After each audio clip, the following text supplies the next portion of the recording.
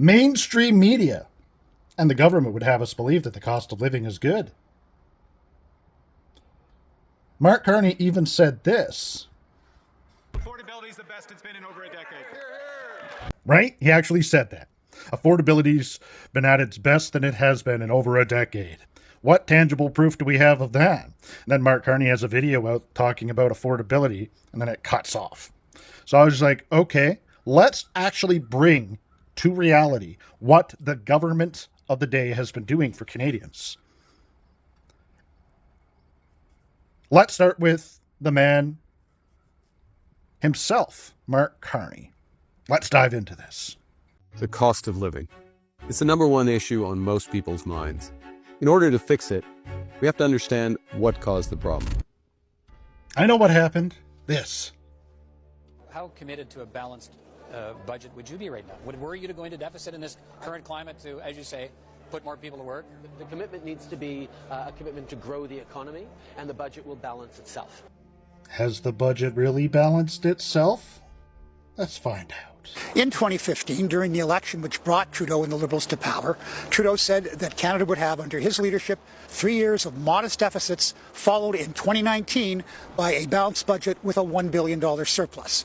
So what was his actual record? His actual record was that every deficit came in at twice or more than twice what he said they would be. And in 2019, when he said there would be a $1 billion surplus, his government recorded a $39.4 billion deficit.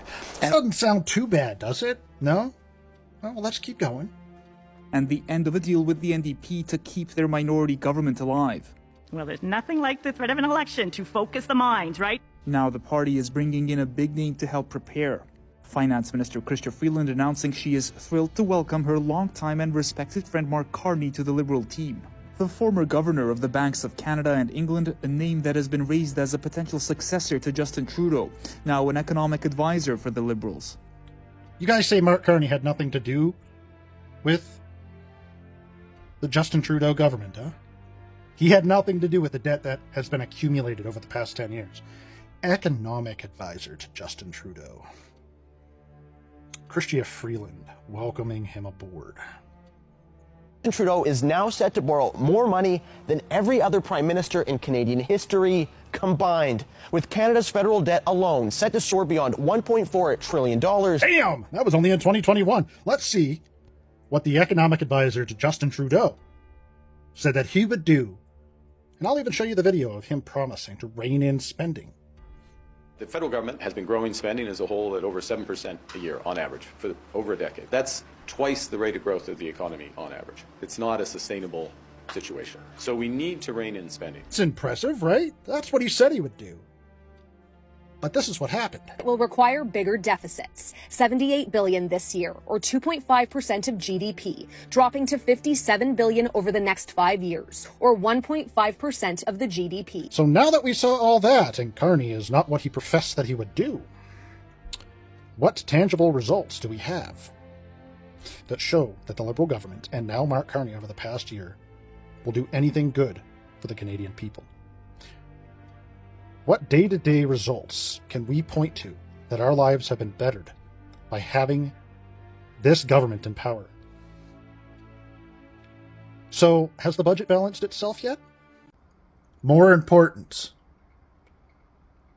than political affiliation. More important than my team good, your team bad. Canada first. What should we be doing to make that happen for this great, strong, true north strong and free, to hold the Prime Minister and the current governing power to account for the day-to-day results that we deserve as Canadians to better our lives?